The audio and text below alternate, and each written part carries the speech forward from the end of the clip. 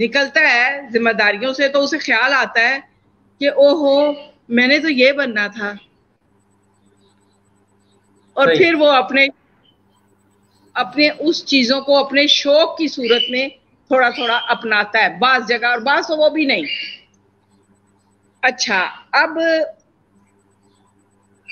ہر انسان کو اللہ تعالیٰ نے تین صلاحیتیں، تین کوڈ ڈال کے بھیجے ہوتے ہیں اس کے اندر کہ اس نے کیا بننا ہے، وہ کیا بننا چاہتا ہے۔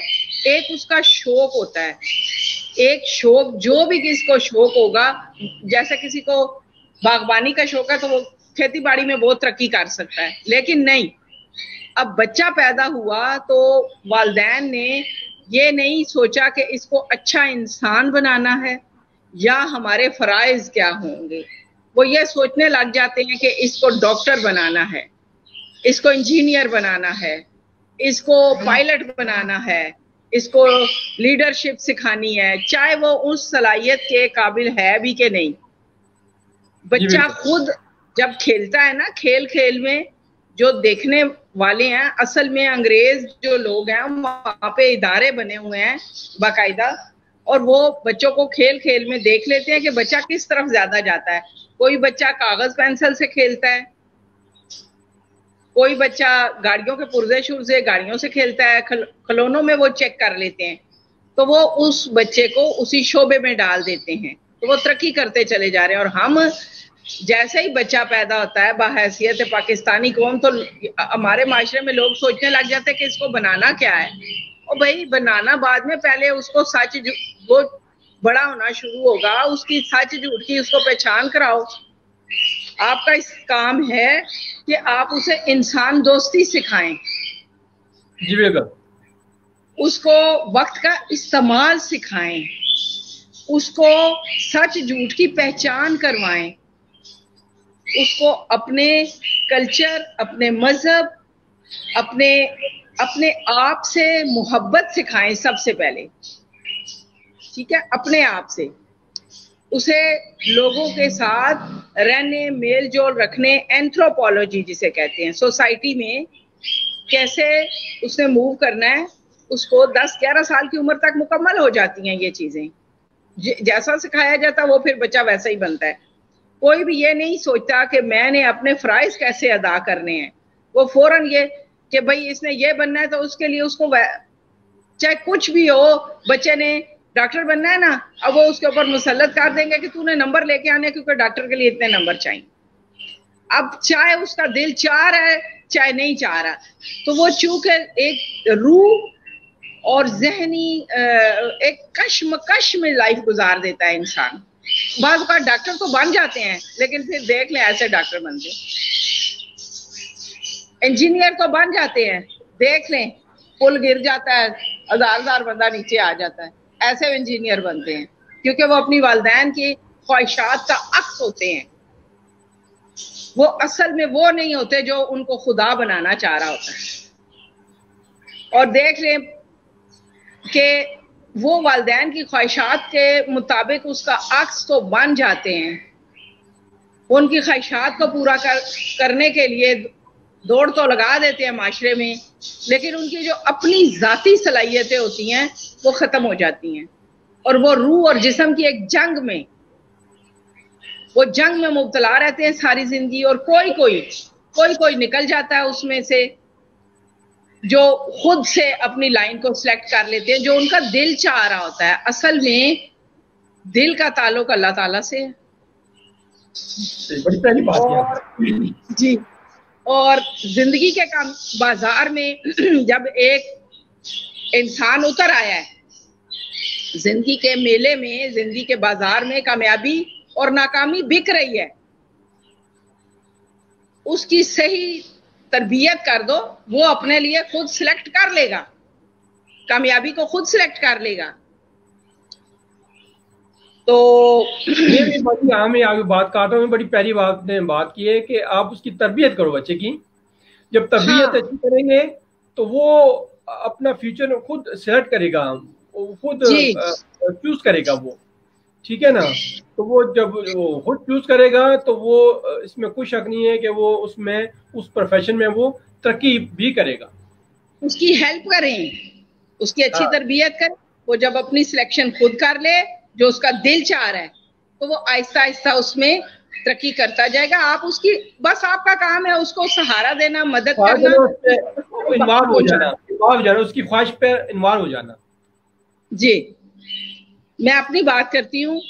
میری دادی اماں زرینہ جان, وہ ان کے اندر ایک ہنر تھا, ایک صلاحیت تھی کہ وہ بچوں میں پہچان لیتی تھی کہ اس نے کیا بننا ہے. تو میری دادی اماں اخبار کے چھوٹے چھوٹے جو ایسے, اس وقت تو اخباریں, میڈیا, موبائل, ٹی وی یہ چیزیں تو تھیں ہی نہیں. آج سے کہہ لو کہ 50 سال پہلے کی بات کر رہی ہوں, جب میں 4-5 سال کی تھی.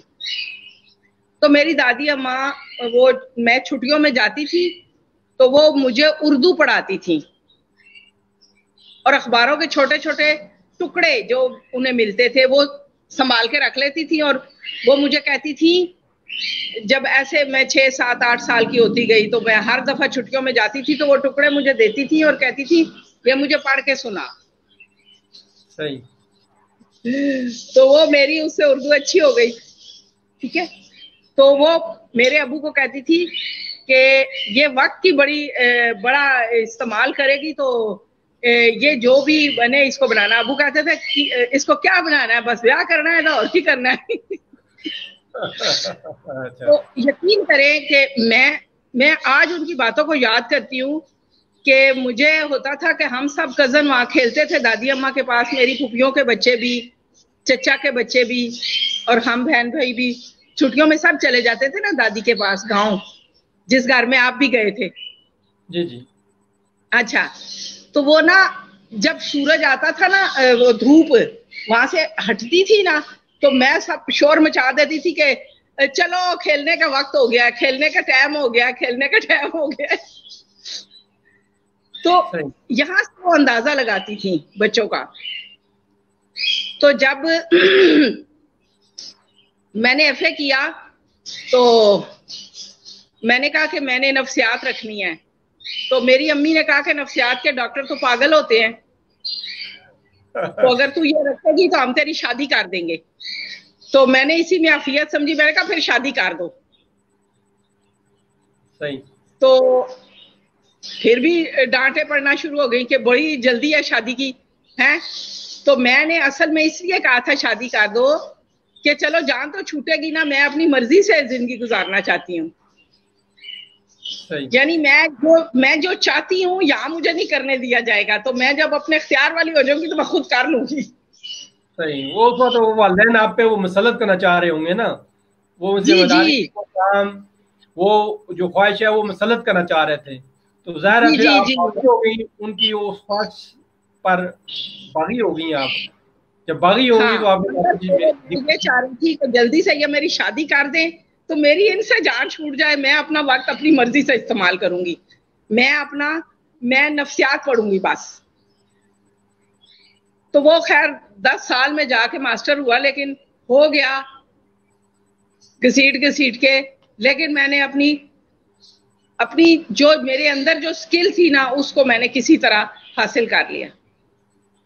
اس کو میں نے لنک کر لیا روحانیات سے, بہت اچھا لنک ہو گیا, اور بہت اچھا آپ لوگوں کے سامنے میں نے ٹائم بہت اچھا استعمال کر لیا. تو جو میری دادی نے پیشن گوئی کی تھی وہ ٹھیک نکلی. صحیح.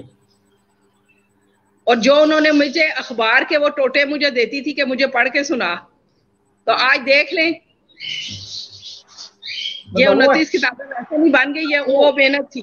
ہاں نہیں, پھر وہ ایکسپیرینس ان کا, آپ کی دادی کا, وہ درست نکلا نا. ٹوٹے جمع کرنا, وہ پڑھائی کا رجحان بڑھنا, وہ ایک طرح سے وہ ٹھیک نکلا. آگے بڑھی, آپ رائٹر دیکھیں نا, آپ نے 29 کتابیں لکھی, اب مزید کچھ لکھ رہی ہیں, مرتب کر رہی ہیں, تو اس کا ہی وہ عنصر تھا نا.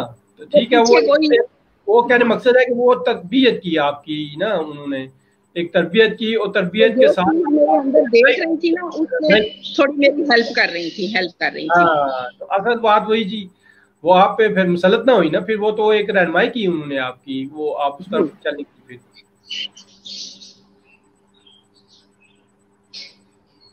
تو ہر انسان کو اللہ تعالیٰ نے قائدانہ صلاحیتیں دے کر بھیجی ہیں، وہ ہر اپنے اسی فیلڈ میں قائد ہوتا ہے جو اس کو اللہ نے کوڈ اس کے اندر ڈال کے بھیجا ہے. صرف اس کی مدد کریں کہ اس کو اچھا انسان بنا دیں اور اس کو اپنا کوڈ خود کھولنے دیں.